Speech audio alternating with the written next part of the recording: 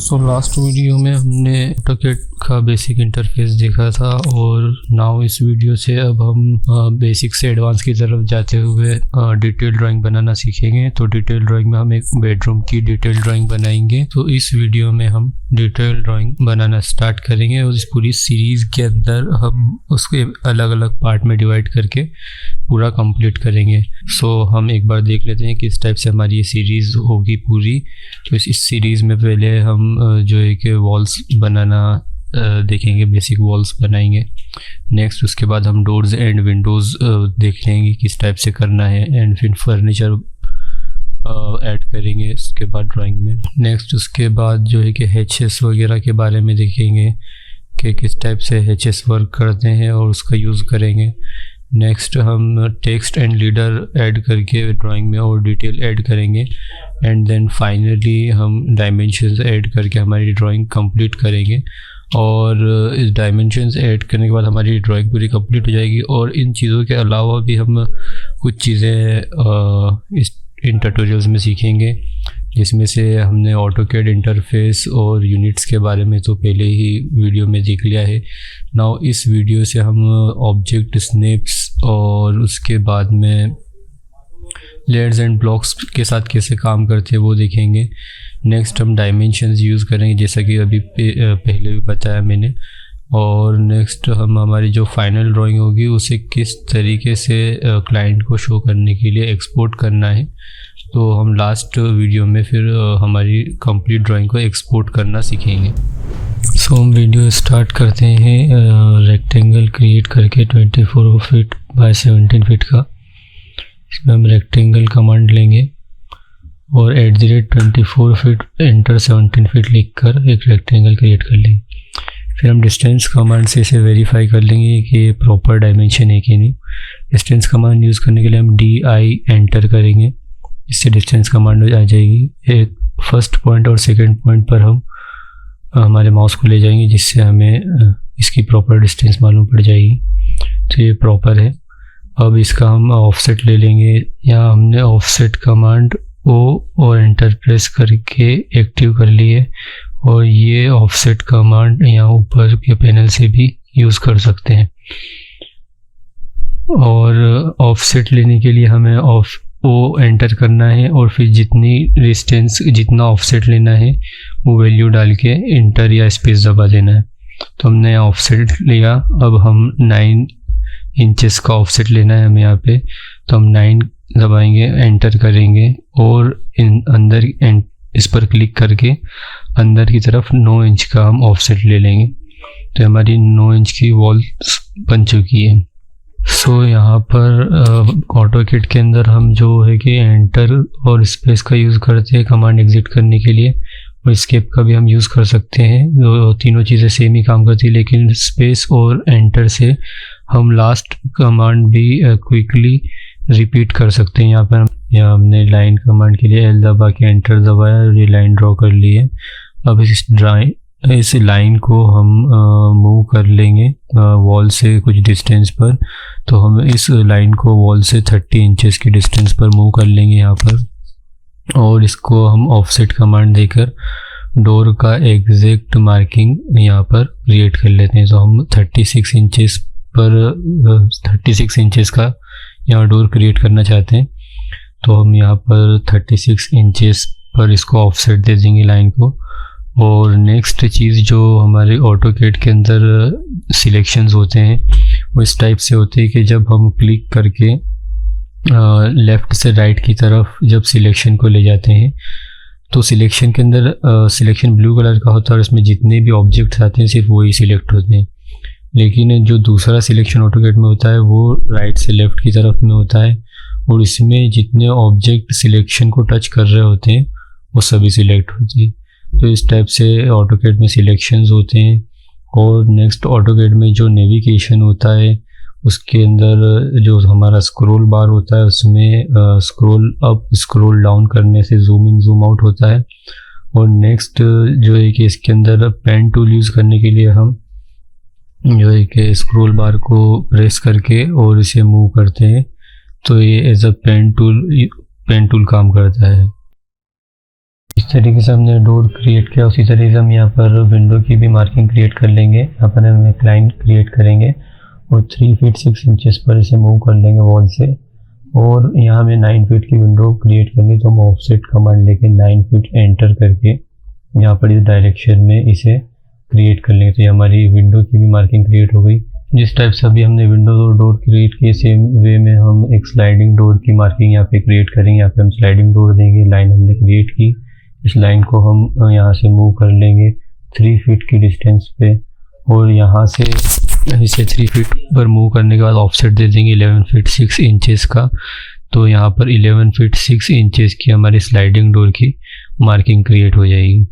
और इसी टाइप से अभी हमारा एक डोर और क्रिएट करना है, जो है कि बाथरूम डोर, तो हम वो भी क्रिएट कर लेते हैं। यहाँ पर उसी सेम प्रोसेस से लाइन हमने यहाँ पे ड्रॉ की, उसे हम कुछ डिस्टेंस पर मूव कर लेंगे। यहाँ पर हम इसे 24 इंचेस की डिस्टेंस पे मूव कर रहे हैं, यानी कि 2 फीट की डिस्टेंस पे। और यहाँ पर हम इसे 3 फीट का ऑफसेट दे देंगे। तो यहाँ पर 3 फीट का डोर आ जाएगा, बाथरूम डोर। तो यहाँ पर बाथरूम डोर की भी मार्किंग क्रिएट हो गई है। अब यहाँ पर हम एक कॉलम की मार्किंग और कर लेंगे। तो यहाँ पर हम ऑफसेट लेंगे और यहाँ पर हम 1 फीट 6 इंचेस पर कॉलम की मार्किंग ले लेंगे। अब जो हमारी यहाँ पर वॉल्स है, ये हमारी इंटीरियर वॉल्स है, अपर वाली और राइट हैंड साइड वाली। हमने इसे एक्चुअल में 9 इंचेस का कर दिया था, तो हम इसे स्ट्रेच करके 4.5 इंचेस का कर देंगे by selecting the rectangle and then selecting the centre part of this rectangle. We just click and drag towards this direction.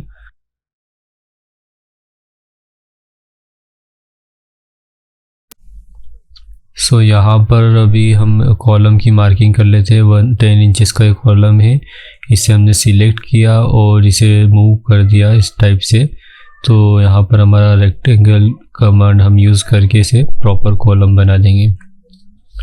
अब हमारी सारी मार्किंग्स हो चुकी है, तो हम अब ट्रिम कमांड का यूज़ करके पूरी इसे कंप्लीट कर देंगे प्लानिंग को। कि ट्रिम कमांड से हम जितनी भी जो मार्किंग्स है उसे ट्रिम कर देंगे। सो जिसके वजह से ये प्रॉपर एक वॉल का प्लान कंप्लीट हो जाएगा। तो हम यहाँ पर इसे जल्दी से ट्रिम कर लेते हैं और प्लान कंप्लीट करते हैं।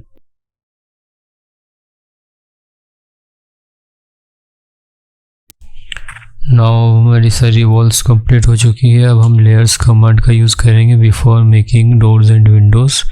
सो हम यहाँ लेयर प्रॉपर्टीज़ के टैब पे क्लिक करके ये लेयर टैब प्रॉपर्टीज़ का पैनल ओपन कर लेंगे और यहाँ पर हम डोर्स एंड विंडोज़ की एक लेयर बना लेते हैं। तो इसके लिए हम यहाँ पे इस आइकन पे क्लिक करेंगे, सो जिससे नई लेयर बन जाएगी। इसका नाम हम डोर एंड विंडो दे देंगे। सो हम इसको टाइप कर देते हैं। तो यहाँ पर ये लेयर इस नाम की पहले से ही अवेलेबल है, सो ये लेयर नहीं बन पा रही है। सो इसे हम रीनेम कर देंगे और इसको यहाँ से विन इसमें से हटा देंगे। सो अभी लेयर बन जाएगी।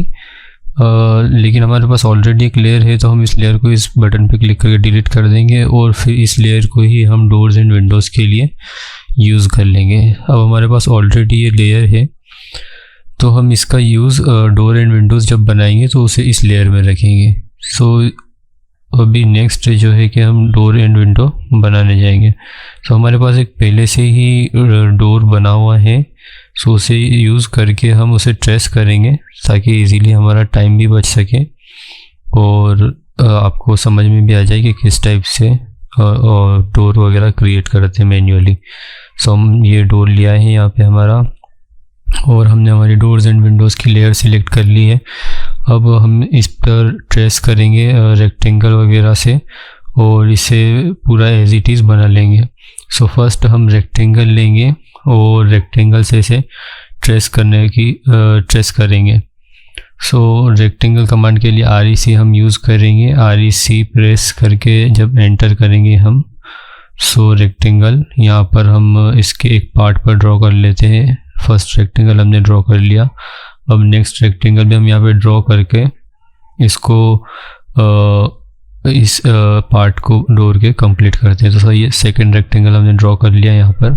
अब इसे हम सिलेक्ट करके मूव कर लेंगे लेफ़्ट हैंड साइड पे और इसे ट्रिम कर लेंगे ताकि प्रॉपर जो शेप हमें चाहिए वो मिल जाए। सो हम ट्रिम कमांड यूज़ करेंगे। यहाँ पर ट्रिम कमांड हमने ली और ट्रिम कमांड लेकर हम इसे जो इसका कॉर्नर है उसे ट्रिम कर देंगे।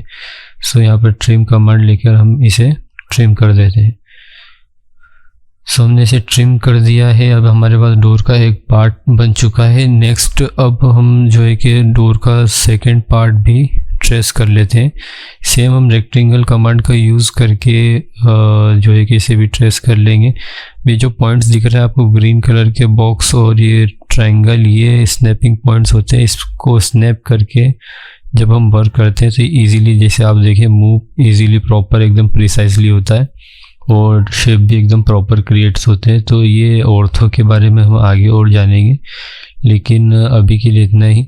अब नेक्स्ट जो है कि डोर का ये जो इंटीरियर पार्ट है ये भी हम क्रिएट कर लेंगे स्नैप्स का यूज़ करते हुए।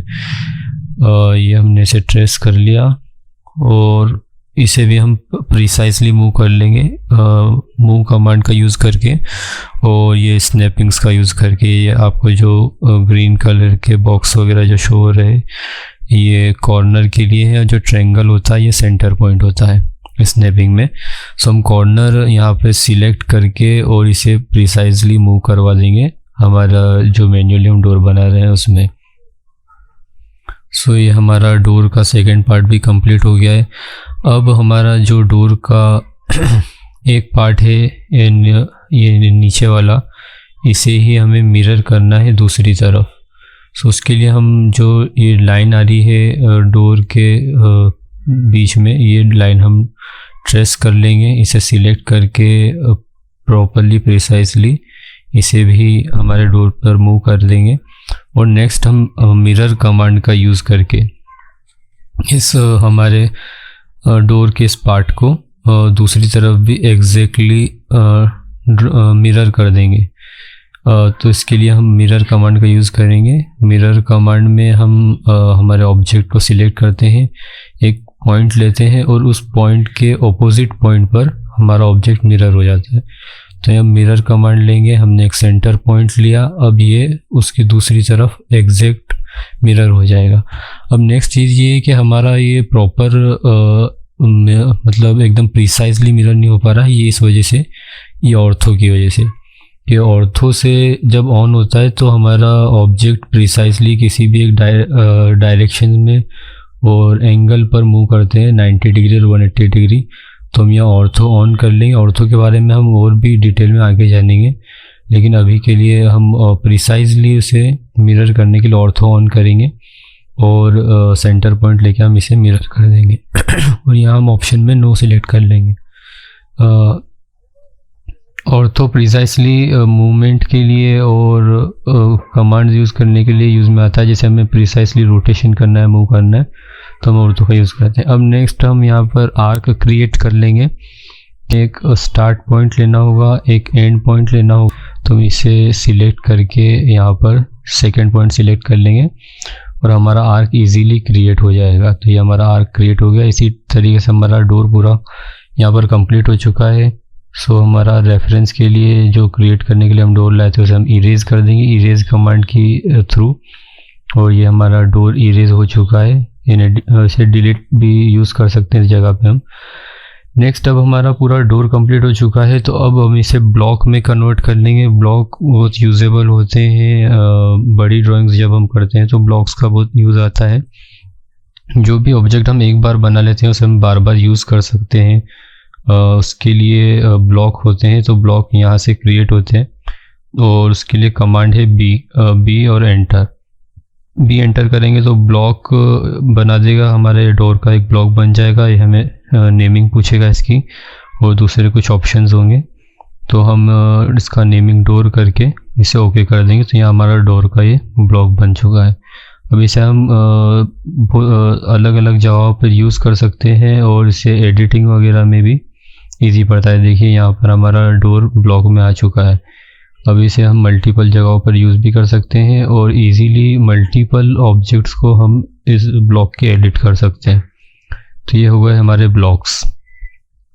नेक्स्ट अब हम जो है कि इसे कॉपी करके दूसरे जो डोर्स बनाने हैं उस पोजीशन पर इसे कॉपी कर देंगे और इसे इजीली यहाँ पर पुट कर देंगे कॉपी कमांड के थ्रू। कॉपी कमांड भी मूव जैसा ही होता है, एग्जैक्ट एक पॉइंट सिलेक्ट करके दूसरे पॉइंट पर रखना होता है, लेकिन इसके अंदर बस डिफरेंस इतना होता है कि ऑब्जेक्ट जो होता है हमारा वो कॉपी हो जाता है। अब हम इसे रोटेट कमांड का यूज़ करके इसे रोटेट कर लेंगे। ये सब बेसिक कमांड्स हैं, इसलिए इसका मैं डिस्क्रिप्शन ऐड नहीं कर रहा हूँ और ये इजीली समझ में आने वाली कमांड है। रोटेट हुआ, मूव हुआ, या इस टाइप से ये कॉपी कमांड हुआ। अब हम इसे प्रॉपर स्नैपिंग का यूज़ करके प्रॉपर मूव कर लेंगे। अब यहाँ हम अलाइन कमांड यूज़ करेंगे।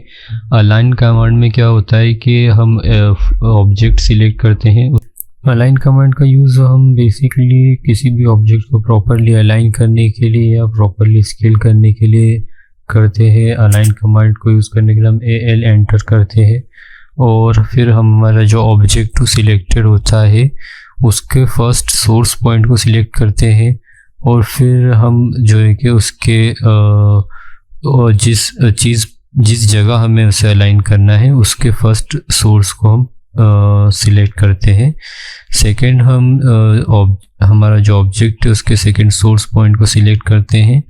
देन हमें उसे जहाँ अलाइन करना है उस जगह के सेकंड सोर्स पॉइंट को हम सिलेक्ट करते हैं एंड एंटर प्रेस करते हैं। तो उसका फर्स्ट पॉइंट सेकंड पॉइंट लेते हैं और उसे प्रॉपर अलाइन कर देते हैं। सो इसके अंदर इसको हमने अलाइन कर दिया है प्रॉपरली और इसके बारे में अलाइन कमांड के बारे में आगे हम और डिटेल में देखेंगे कि किस टाइप से हम यूज़ करते हैं। अब हम डोर्स एंड विंडोज़ की लेयर में ही हैं। अब हम यहाँ पर विंडो भी क्रिएट कर लेते हैं। हमने 2 डोर्स तो यहाँ पे लगा ही दिए हैं। अब यहाँ पर हम विंडो क्रिएट कर लेते हैं। विंडो क्रिएट करने के लिए हमने एक रेक्टेंगल ले लिया। अब यहाँ पर अब लाइन कमांड यूज़ करके एक लाइन ड्रॉ कर लेंगे और इसका 1 इंच का ऑफसेट बोथ साइड ले लेंगे। तो हमने यहाँ 1 इंच का ऑफसेट कम लेकर इस विंडो को पूरा क्रिएट कर दिया है। अब इसी टाइप से हम यहाँ पर स्लाइडिंग डोर्स भी क्रिएट कर लेंगे। रेक्टेंगल का यूज़ करेंगे हम और 4/2 इंच का एक हमने रेक्टेंगल क्रिएट कर लिया। अब इसे स्ट्रेच कर लिया है सिलेक्ट करके। ये 2 इंचेस का है प्रॉपर।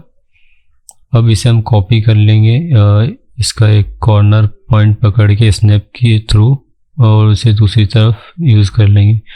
नेक्स्ट अब हम रेक्टेंगल लेकर के सेंटर पार्ट इसका बनाना स्टार्ट करेंगे।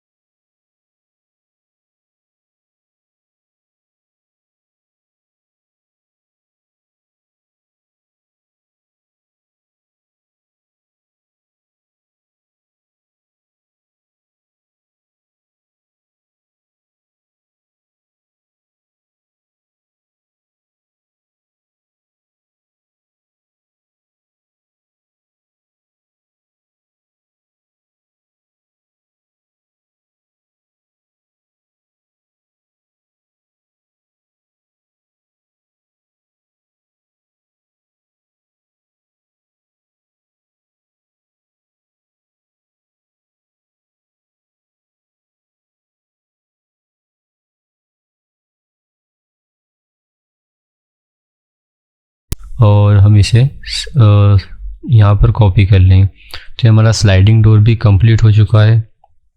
इस तरीके से हमारे doors, Windows and sliding doors सब कंप्लीट हो चुके हैं। अब इसमें हम देख लेंगे लेयर्स का यूज़ किस टाइप से होता है। कि जैसे कि हम अभी तक हम इस बारे में डिस्कस नहीं किया कि लेयर का यूज़ क्या है। तो जैसे हम लेयर्स में वर्क करते हैं तो हमारे डोर्स, विंडोज़ जैसे डोर एंड विंडो की लेयर में हमने रखे हैं, तो अगर हमें सिर्फ उन्हें शो करना है या उन्हें हाइड करना है या उन्हें फ्रीज़ करना है तो इस टाइप से ऑप्शंस होते हैं लेयर्स के।